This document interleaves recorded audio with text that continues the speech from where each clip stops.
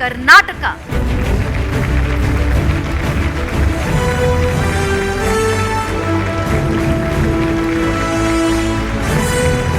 ಕರ್ನಾಟಕ ರಾಜ್ಯದ 7 ಅದ್ಭುತದಲ್ಲಿ ನೇತ್ರಾಣಿ ಐಲ್ಯಾಂಡ್.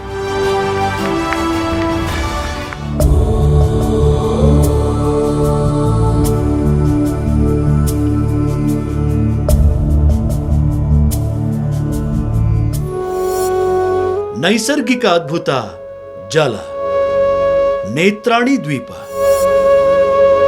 ದೇಶದ 2ನೇ ಅತ್ಯುತ್ತಮ ಸ್ಕೂಬಾ ಡೈವಿಂಗ್ ತಾಣ.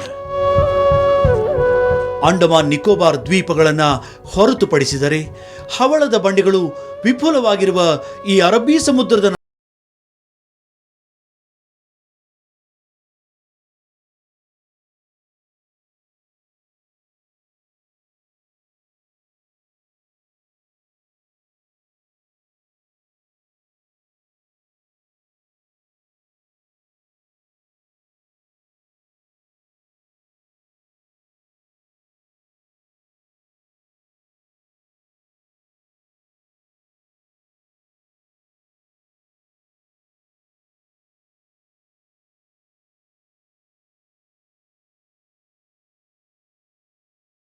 ತಾಲೂಕಿನ ಮುರುಡೇಶ್ವರದ ಸಮೀಪದಲ್ಲಿರುವ ಈ ದ್ವೀಪದ ಬಳಿಯಲ್ಲಿ ತಜ್ಞರ ಮಾರ್ಗದರ್ಶನದಲ್ಲಿ ಉಸಿರಾಟದ ಸಾಧನವನ್ನು ಧರಿಸಿ ಕಡಲಿನ ಆಳಕ್ಕೆ ಧುಮುಕುವ ಈ ಸ್ಕೂಬಾ ಡೈವಿಂಗ್ನ ಮೂಲಕ ಇಲ್ಲಿಯ ಹವಳದ ಬಂಡೆಗಳನ್ನು ಕಣ್ತುಂಬಿಕೊಳ್ಳುವುದರ ಜೊತೆಗೆ ಸಮುದ್ರದಾಳದ ಜೀವ ವೈವಿಧ್ಯಗಳನ್ನು ಅವುಗಳ ಜೊತೆಯಲ್ಲಿಯೇ ಈಜುತ್ತಾ ನೋಡಬಹುದಾಗಿದೆ.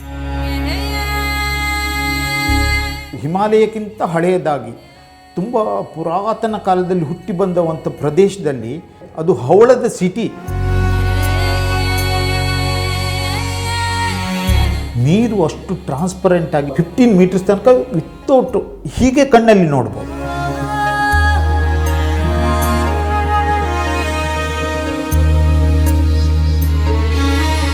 ಓಪನ್ ಸೀದಲ್ಲಿ ಹವಳ ದ್ವೀಪ ಇದೆ ಅನ್ನೋದೇ ಅದ್ಭುತ. ಹಾಗಾಗಿ ಇಂತಹ ನೈಸರ್ಗಿಕ ಅದ್ಭುತವಾದ ಈ ನೇತ್ರಾಣಿ ದ್ವೀಪವನ್ನು ಅರಸಿ ನಮ್ಮ ಕರ್ನಾಟಕದ 7 ಅದ್ಭುತಗಳ ಅಭಿಯಾನದ ತಂಡ ಮುರುಡೇಶ್ವರವನ್ನು ತಲುಪಿದಾಗ ಮುಗಿಲೆತ್ತರಕ್ಕೆ ಬೆಳೆದು ನಿಂತ ಶಿವನ ಆ ಕಣ್ಣಡಿಯಲ್ಲಿ ಆ ಮಾವಳ್ಳಿ ಅಥವಾ ಮುರುಡೇಶ್ವರದ ಆ ಕಡಲ ತೀರದ ಪರಿಸರ 10 ಹಲವು ರೂಪಗಳನ್ನು ನಮಗೆ ತೋರಿಸ್ತಾ ಇತ್ತು. ಅಂತಹ ಆ ಶಿವನ ಸಾನ್ನಿಧ್ಯದ ತೀರ ತೆರೆಗಳ ಜೊತೆಗೆ ತುಂಬಿ ತುಳುಕುವ ಪ್ರವಾಸಿಗರಿಂದ ನಿತ್ಯ ಜೀವಂತವಿರುವ ಆ ಮುರುಡೇಶ್ವರದಲ್ಲಿ ರಾತ್ರಿ ಕಳೆದು ಬೆಳಗಾಗ್ತಾ ಇದ್ದಂತೆ ನೇತ್ರಾಣಿ ದ್ವೀಪದಲ್ಲಿ ಸ್ಕೂಬಾ ಡೈವಿಂಗ್ ಅನ್ನು ಆಯೋಜಿಸುವ ಅಧಿಕೃತ ಪಡಿ ಸರ್ಟಿಫಿಕೇಟ್ ಪಡೆದ ಕಂಪನಿಯ ಕಚೇರಿಯನ್ನ ನಾವು ತಲುಪಿದಾಗ ಅದಾಗಲೇ ಹಲವು ಆಕಾಂಕ್ಷಿಗಳು ಮೊದಲೇ ಅಲ್ಲಿ ಬಂದು ಸೇರಿದ್ದರು.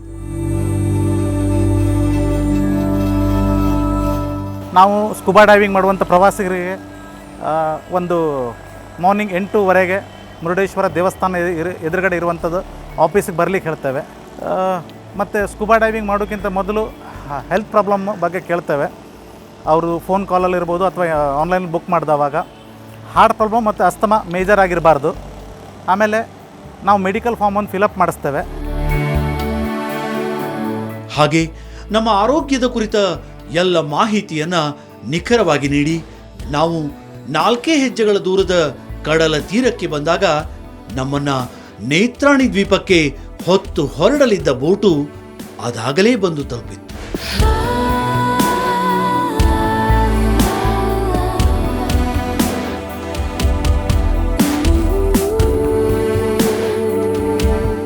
ಹಾಗಾಗಿಯೇ ಕಡಲಾಳಕ್ಕೆ ಧುಮ್ಮಿಕ್ಕಲು ನಮ್ಮಂತೆಯೇ ಉತ್ಸುಕರಾಗಿದ್ದ 10 ಹಲವು ಪಯಣಿಗರ ಜೊತೆ ನಾವು ಆ ಬೋಟನ್ನು ಏರಿ ಲೈಫ್ ಜಾಕೆಟ್ ಅನ್ನು ತೊಟ್ಟು ಸಿದ್ಧರಾದದ್ದೇ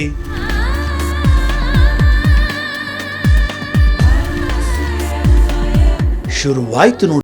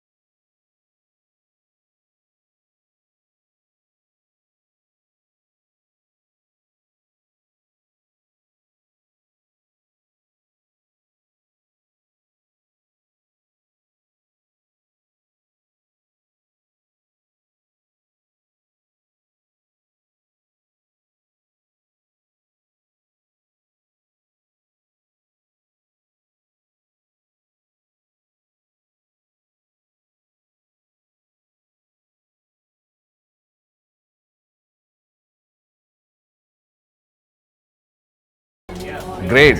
Everybody's excited to go diving, right? I'm a PADI instructor. ನಾವು ಬೋಟ್ ಬ್ರೀಫಿಂಗ್ ಮಾಡ್ತೀವಿ. ಬೋಟ್ ಬ್ರೀಫಿಂಗಲ್ಲಿ ಏನು ಹೇಳ್ತೀವಿ ಅಂದರೆ ಹೇಗಿರ್ಬೇಕು ಬೋಟಲ್ಲಿ, ಲೈಫ್ ಜಾಕೆಟ್ ಹಾಕಿರಬೇಕು, ಸೇಫ್ಟಿ ಮೆಷರ್ಸ್ ಹೇಳ್ತೀವಿ, ಎಲ್ಲಿ ಡ್ರೆಸ್ಸಿಂಗ್ ರೂಮ್ ಇರುತ್ತೆ, ಎಲ್ಲಿ ಸ್ನ್ಯಾಕ್ಸ್ ಇರುತ್ತೆ. ಸೊ ಅದ್ರ ಬಗ್ಗೆ ಎಲ್ಲ ಎಕ್ಸ್ಪ್ಲೇನ್ ಮಾಡಿ ಕಂಫರ್ಟೇಬಲ್ ಮಾಡಿಸಿ ಟೂರಿಸ್ಟ್ನ. ಅವ್ರು ಸಿಕ್ನೆಸ್ ಆದರೆ ಅವ್ರಿಗೆ ಸಿಕ್ನೆಸ್ ಟ್ಯಾಬ್ಲೆಟ್ಸ್ ಮತ್ತು ಮೆಡಿಕಲ್ ಕಿಟ್ ಎಲ್ಲಿದೆ, ಎಮರ್ಜೆನ್ಸಿ ಪ್ರೊಸೀಜರ್ಸ್ ಎಲ್ಲ ಎಕ್ಸ್ಪ್ಲೇನ್ ಮಾಡ್ತೀವಿ. And on the way you can spot some dolphin and whales. Don't go to the other side of the boat.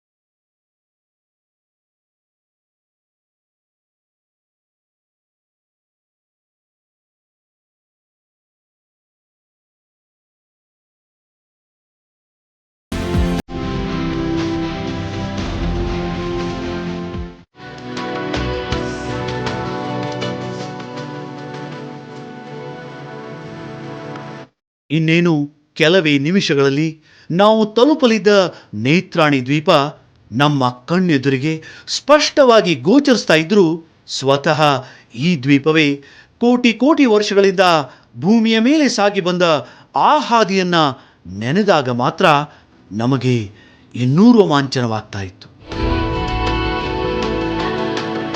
Madagascar ಮತ್ತು ಪಶ್ಚಿಮ ಘಟ್ಟ ಕೂಡಿಸ್ಬಿಟ್ರೆ ಕರೆಕ್ಟಾಗಿ ಕೂತ್ಕೊಳ್ತದೆ. ಆ ಸಂದರ್ಭದಲ್ಲಿ ಆದ ಏನು ಡಿವಿಷನ್ ಇದೆ ಆಗ ಫಾರ್ಮೇಷನ್ ಆದದ್ದು. ನಮ್ಮ ಹಿಮಾಲಯ ಆಗೋದಕ್ಕಿಂತ ಹಿಂದಿನ ಇತಿಹಾಸ ಇದೆ. 300 ಅಡಿ ಎತ್ತರ ಮತ್ತು ಅರ್ಧ ಮೈಲಿಯಷ್ಟು ಅಗಲವಾಗಿರುವ ಈ ಹೃದಯಾಕಾರದ ನೇತ್ರಾಣಿ ದ್ವೀಪ ಈ ಮುಂಚೆ ಇಲ್ಲಿ ಅಸಂಖ್ಯವಾಗಿ ಕಂಡುಬರುತ್ತಿದ್ದ ಪಾರಿವಾಳಗಳ ಕಾರಣ ಪಿಜನ್ ಐಲ್ಯಾಂಡ್ ಅಂತ ಕೂಡ ಗುರುತಿಸಲ್ಪಡುತ್ತಿತ್ತು. ಇನ್ನು ಪುರಾಣಗಳ ಪ್ರಕಾರ ಈ ನೇತ್ರಾಣಿ ದ್ವೀಪ ಹನುಮಂತ ಮತ್ತು ಭೀಮನ ಜೊತೆಗೂ ತನ್ನ ನಂಟನ್ನ ಬೆಸೆದುಕೊಂಡರೂ ಕೂಡ ಈಗ ಹೆಚ್ಚು ಪ್ರತೀತಿಗೆ ಒಳಗಾಗಿರೋದು ಮಾತ್ರ ಇಲ್ಲಿಯ ಮೀನುಗಾರರ ಆರಾಧ್ಯ ದೈವ ಅನ್ನಿಸಿಕೊಂಡ ಜಟ್ಟಿಗೇಶ್ವರನ ನೆಲೆಯಾಗಿ.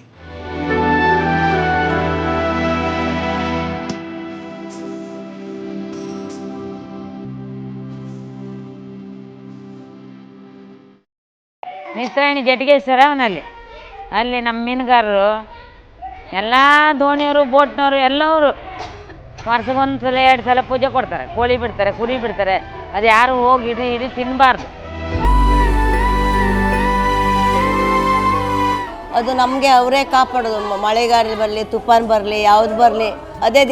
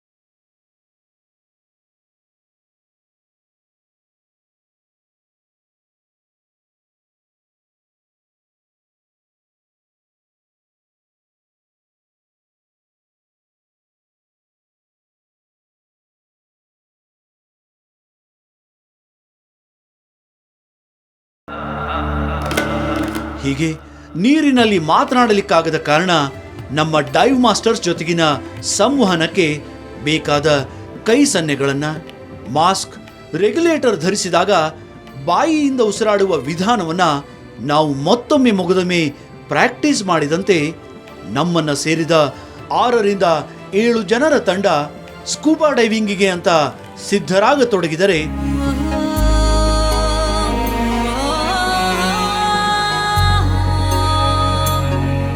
ಅತ್ತ ತಮ್ಮ ಸರದಿಗೆ ಕಾಯುತ್ತಲೇ ಇನ್ನು ಹಲವರು ಲೈಫ್ ಜಾಕೆಟ್ ತೊಟ್ಟು ಸಮುದ್ರಕ್ಕೆ ಧುಮುಕಿದರು.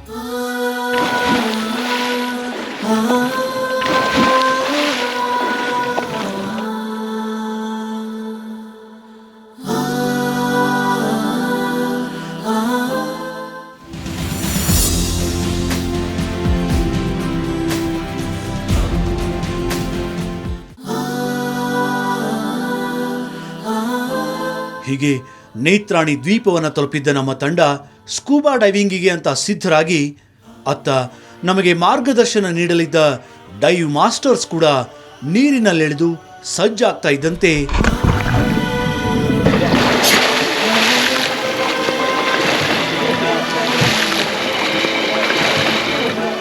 ಶುರುವಾಯಿತು ನೋಡಿ ನಮ್ಮ ಈ ಕಡಲಾಳದ ಪಯಣ.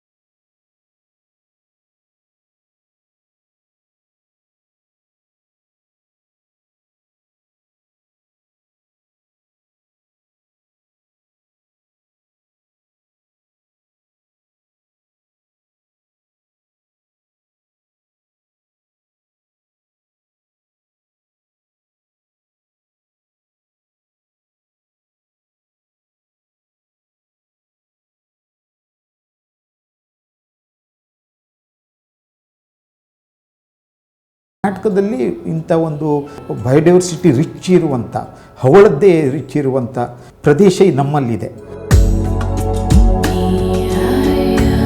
Trigger fish, long finned bat fish, banner fish,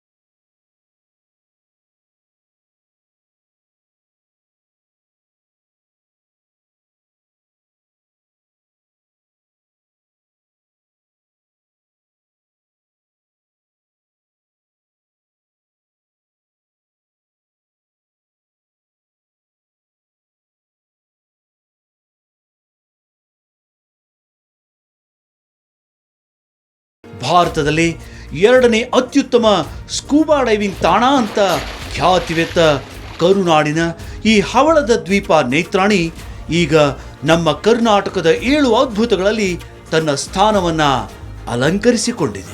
ಉತ್ತರ ಕನ್ನಡದ ಜಿಲ್ಲಾಧಿಕಾರಿಯಾದ ಪ್ರಭುಲಿಂಗ ಕವಳಿಕಟ್ಟಿ ಅವರು ವೇದಿಕೆಗೆ ಆಗಮಿಸಬೇಕಾಗಿ ಕೇಳ್ಕೊಳ್ತೀನಿ.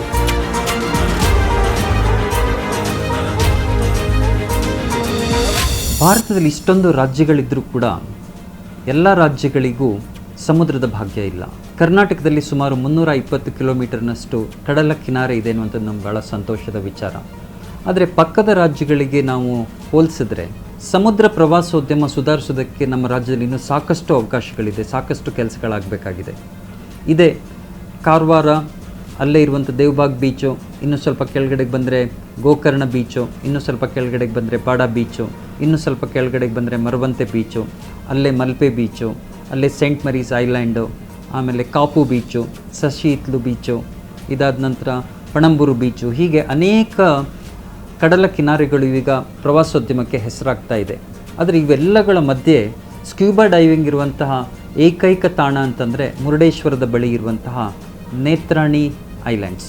ಆದರೆ ಏಕೈಕ ಸ್ಕ್ಯೂಬಾ ಡೈವಿಂಗ್ ಕ್ಷೇತ್ರ ಅನ್ನೋ ಕಾರಣಕ್ಕಾಗಿ ಇದು ಕರ್ನಾಟಕದ ಅದ್ಭುತ ಆಗಿದ್ದಲ್ಲ.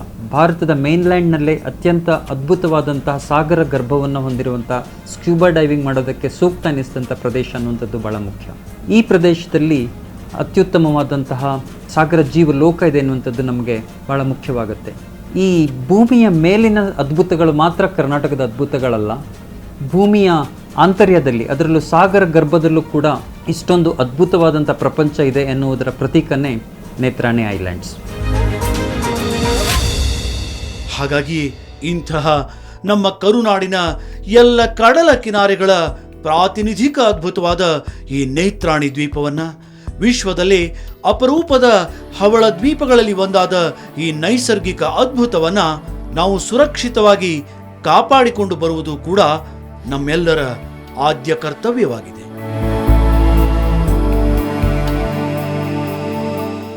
ಹಾಗೆ ನೇತ್ರಾಣಿ ಐಲ್ಯಾಂಡಲ್ಲಿ ಇಂಡಿಯನ್ ನೇವಿಯವರು ಆವಾಗ ಸಮರಾಭ್ಯಾಸ ಮಾಡ್ತಾ ಇರ್ತಾರೆ. ಈ ಸಮರಾಭ್ಯಾಸ ಮಾಡೋದ್ರಿಂದ ಅಲ್ಲಿರುವಂಥ ಜಲಚರಗಳು ಮತ್ತು ಐಲ್ಯಾಂಡ್ಗಳಿಗೆ ಈಗಾಗಲೇ ಹಾನಿಗಳಾಗಿದೆ. ಈ ಸದ್ಯ ಸ್ಥಿತಿಯಲ್ಲಿ ಇಂಡಿಯನ್ ನೇವಿಯವರು ಸಮರಾಭ್ಯಾಸನ ನಿಲ್ಲಿಸಿದ್ದಾರೆ.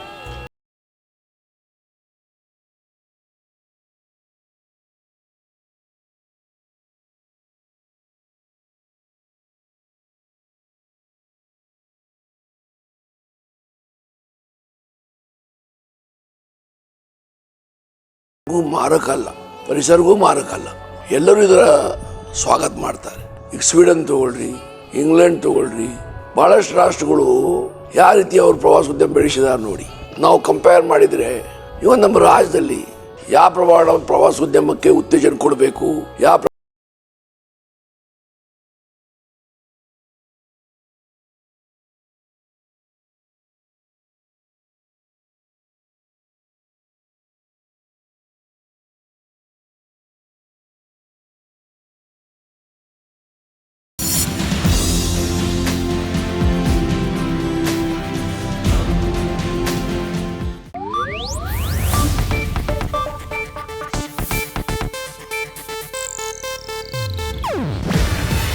ಇದು ಏಷ್ಯಾನೆಟ್ ನ್ಯೂಸ್ ನೆಟ್ವರ್ಕ್ ಪ್ರಸ್ತುತಿ. ನೀವು ನೋಡ್ತಿದ್ದೀರಾ ಏಷ್ಯಾನೆಟ್ ಸುವರ್ಣ ನ್ಯೂಸ್.